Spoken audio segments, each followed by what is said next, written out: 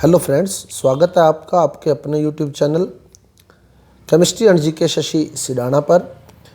साथियों, REET test series में science से आज टेस्ट 10 फरवरी को आपका लिया गया, जिसमें जो टॉपिक थे इलेक्ट्रिक करंट व electric circuit, soap and detergent, atom and molecules, structure of atom, जिसमें पहला क्वेश्चन आपके पास था प्रतिरोधकता का मात्रक।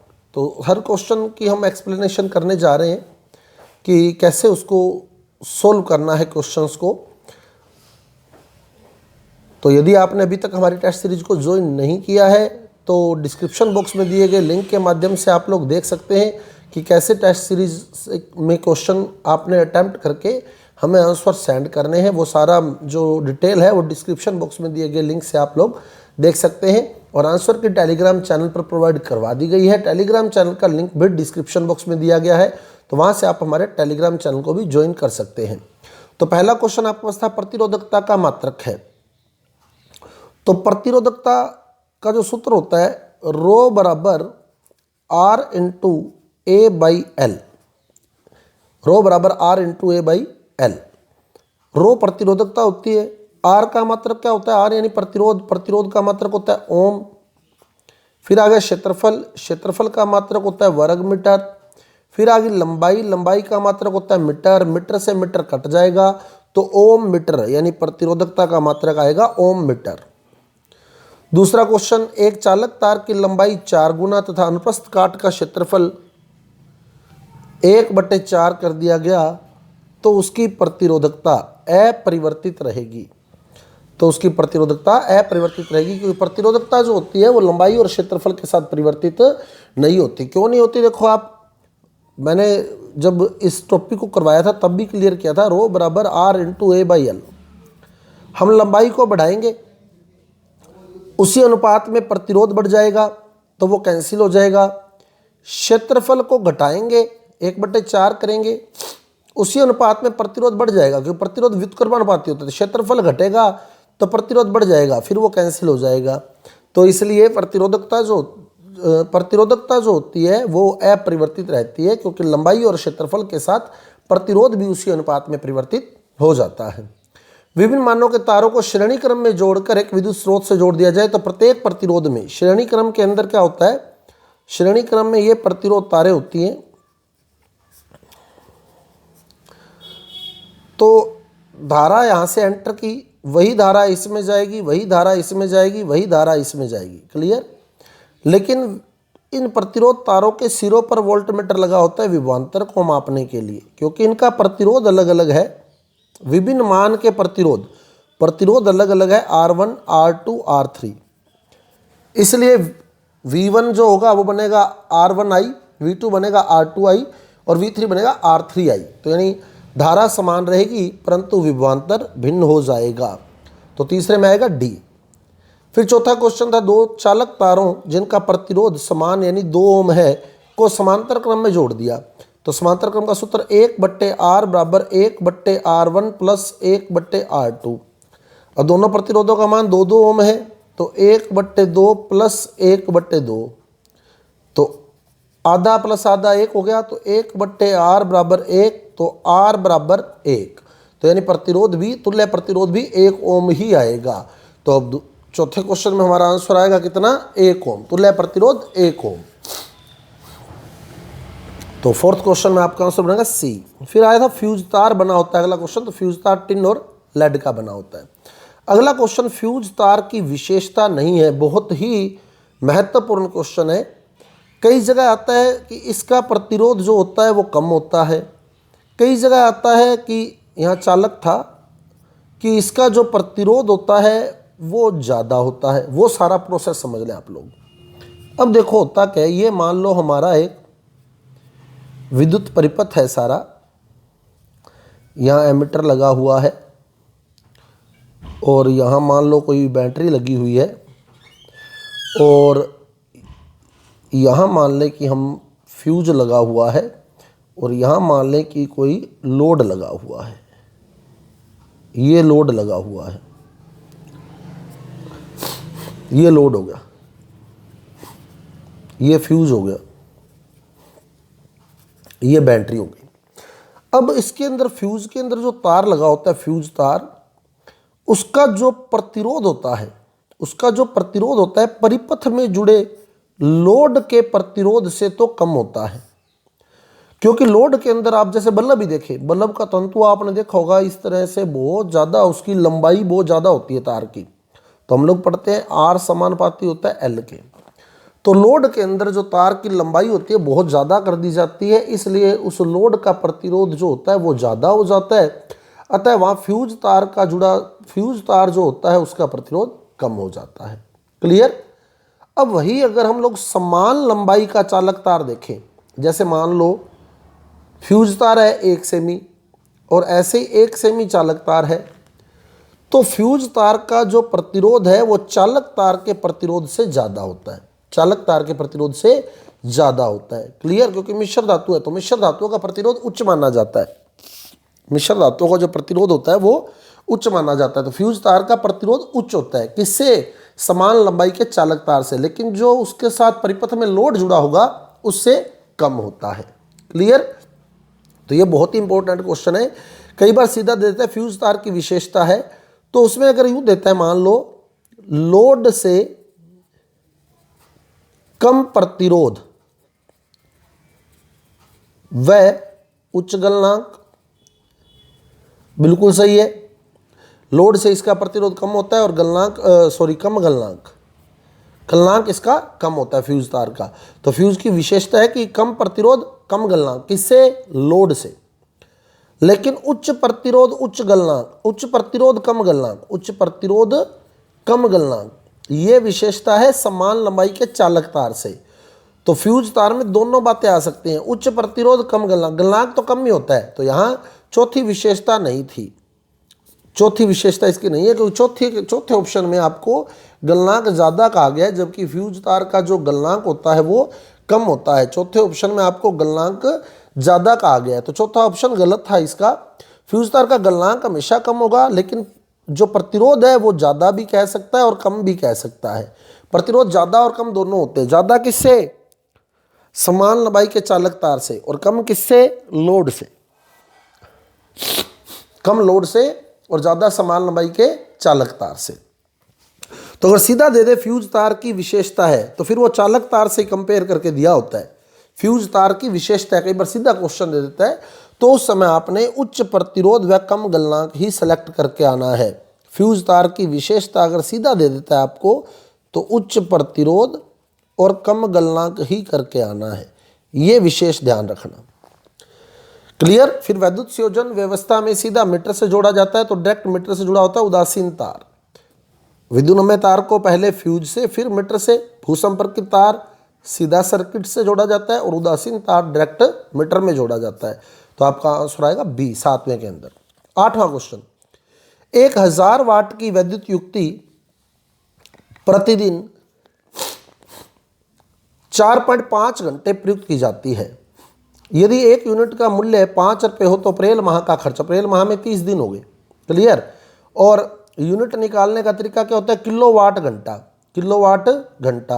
तो वाट है 1000, किलोवाट कैसे बनाओगे? भाग दे के 1000 का, तो 1000/1000 करोगे तो 1 किलोवाट। घंटे कितने? 4.5। दिन कितने अप्रैल में? 30 दिनों में 4.5 को गुणा किया, यूनिट बन जाएंगी 135। क्लियर। उसके बाद 1 यूनिट का मूल्य कितना? 5 रुपये, तो 135 यूनिट का मूल्य निकाल लो। 5 × 5 25, हाँ 2 हासिल आ गई इसकी, और 13 × 5 65 और 2 67, यानी 675 रुपये। तो 675 रुपये वैद्युत खर्च होगा। मल्टीमीटर किसका कार्य नहीं करता? तो मल्टीमीटर धारा को मापता है, विभवांतर को मापता है, प्रतिरोध को मापता है, गैल्वेनोमीटर का कार्य नहीं करता।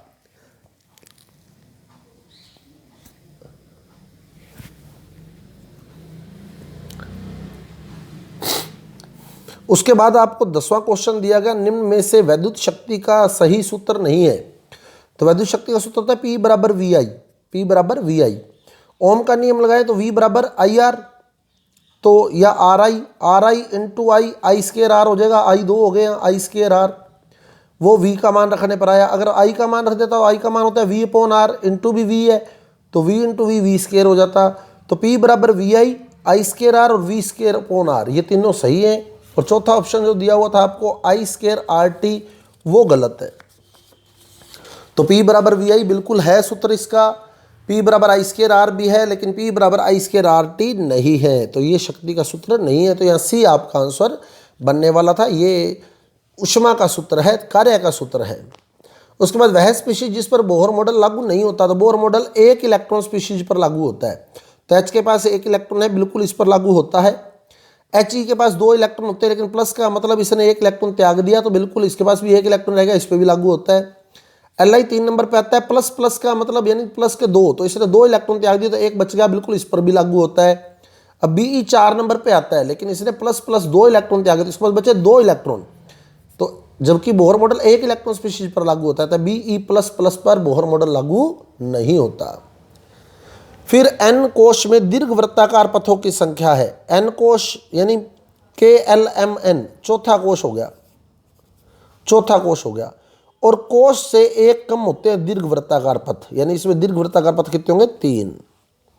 उसके बाद साबुन कठोर जल में निम्न आयनों से क्रिया कर स्कम बनाता है। तो कठोर जल के अंदर कैल्शियम और मैग्नीशियम आयन उपस्थित होते हैं, जिनसे क्रिया करके साबुन जो है वो स्कम बनाता है। उसके बाद चले हम 14वें क्वेश्चन पे। परमाणु की M कक्षा में उपस्थित उपकोष है। M कक्षा यानी तीसरी कक्षा, KLM।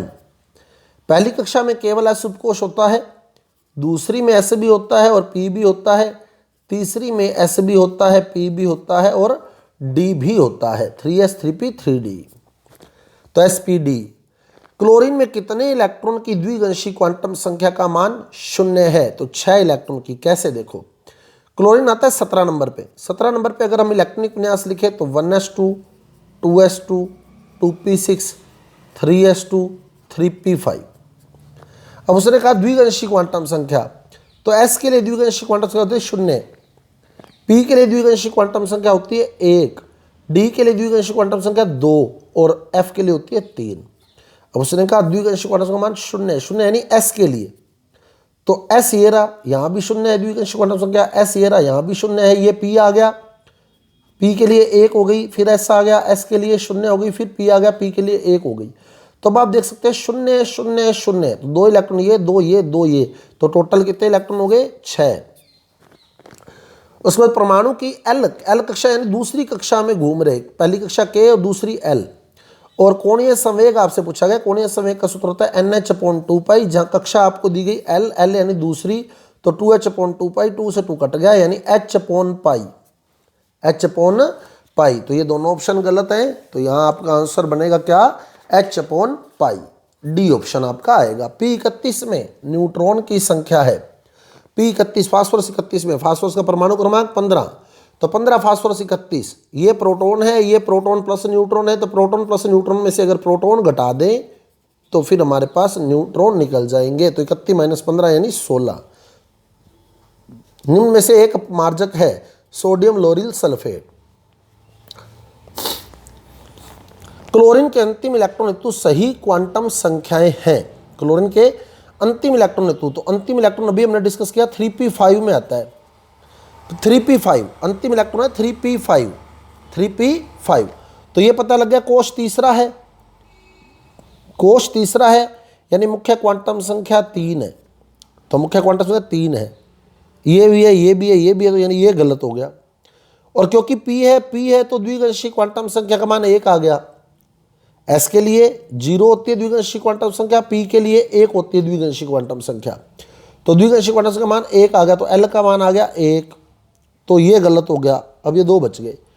अब आया आपके पास M का मान निकालना है। P के लिए जो M का मान होता है वो 0 - 1 +1, -1 0 +1 होता है, और इस ऑप्शन में दिया आपको +2, तो ये भी आपके पास गलत हो गया, क्योंकि M का मान 0 हो सकता है, -1 हो सकता है, +1 हो सकता है, तो ये +1 आपको दिया हुआ है, इसका मतलब डी ऑप्शन आपका करेक्ट है। फिर सल्फ्यूरिक अम्ल के 0.5 मोल का द्रव्यमान है। सल्फ्यूरिक अम्ल होता है H2SO4, H2SO4। अब H का परमाणु भार 1 होता है, 2H है तो 2 हो गया, प्लस S का 32 हो गया, O का 16, 16 चौके 64 हो गया, 64 32 96, 2 98, 1 मोल में 98 ग्राम हो गए, तो आधे मोल में इसके आधे हो जाएंगे, 98 × आधा कर दोगे, पॉइंट हटाओगे तो बटे में 10, 5 गुनी 10, 98 को 2 से भाग दो 49। तो यहाँ आपका ऑप्शन आ गया डी। क्लियर। उसके बाद चले, एथेन में कार्बन की प्रतिशतता है। एथेन का सूत्र होगा C2H6, C2H6, C2H6।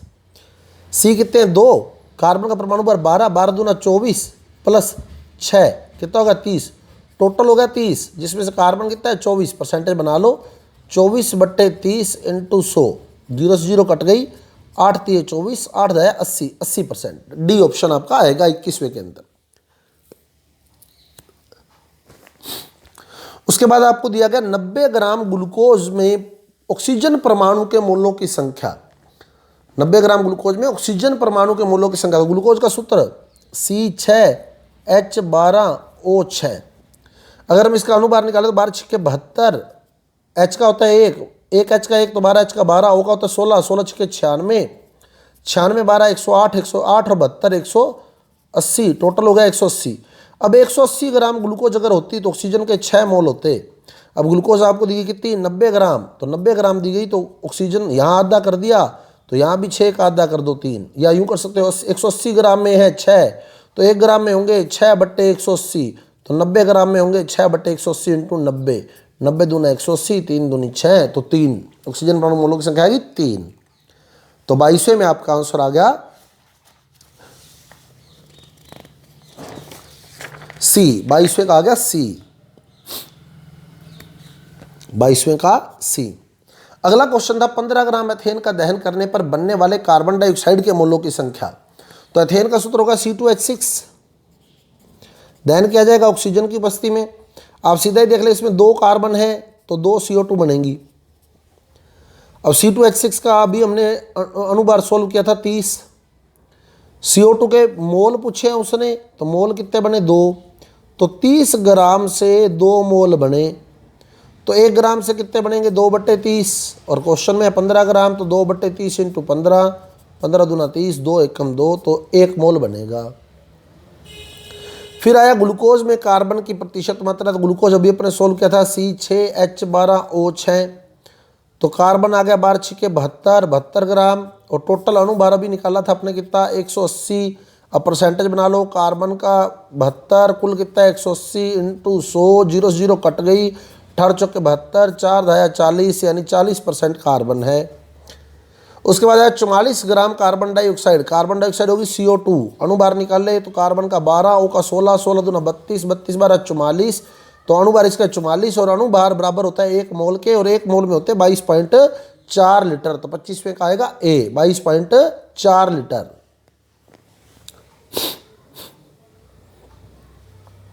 उसके बाद चले, निम्न में से एक कार्बन परिवार वाला तत्व है जो कार्बन वर्ग में आता है। तो कार्बन के नीचे आता है सिलिकॉन, तो SI आपको ऑप्शन में दिया गया। तो कार्बन परिवार का तत्व SI। उसके बाद चले, आधुनिक आवर्त सारणी में F ब्लॉक तत्व किस वर्ग में रखे गए हैं। तो F ब्लॉक तत्व जो हैं वो रखे गए हैं स्कैंडियम, इट्रियम, उसके बाद आ गया लैंथेनम, तो यहाँ F ब्लॉक तत्व है, और एक्टिनम, यहाँ भी F ब्लॉक तत्व है। तो ये तीसरा वर्ग है। पहला वर्ग तो आ गया हाइड्रोजन लिथियम वाला, दूसरा वर्ग आ गया बेरिलियम वाला, तीसरा वर्ग आ गया स्कैंडियम वाला। तो F ब्लॉक तत्व तीसरे वर्ग में उपस्थित है। क्लियर। उसमें एक तत्व का प्रतीक UNQ, U मतलब अन यानी एक, नील N यानी नील, नील यानी 0, Q यानी क्वाड, क्वाड यानी 4, 104। एक तत्व का प्रतीक UNQ है, यानी इसका जो परमाणु क्रमांक है वो 104 है। तो यह आवर्त सारणी के किस ब्लॉक से संबंधित होगा। अब आप देखो, जो एक्टिनाइड तत्व है वो 89 से लेके 103 तक होते हैं, 89 से लेके 103 तक, और वो डी ब्लॉक तत्वों के बीच में होते हैं। इसका मतलब 88 नंबर वाला भी डी ब्लॉक है और 104 वाला भी डी ब्लॉक है। तो आप सीधा सोचें कि 89 से 103 एक्टिनाइड तत्व है, और एक्टिनाइड तत्व जो होते हैं वो डी ब्लॉक तत्वों के बीच में होते हैं। इधर वाला भी डी ब्लॉक है, इधर वाला भी डी ब्लॉक है। तो सीधा आपसे पूछा गया 104, तो 104 डी ब्लॉक तत्व है। तो 28 आ गया आपके पास कौन सा, डी ब्लॉक तत्व,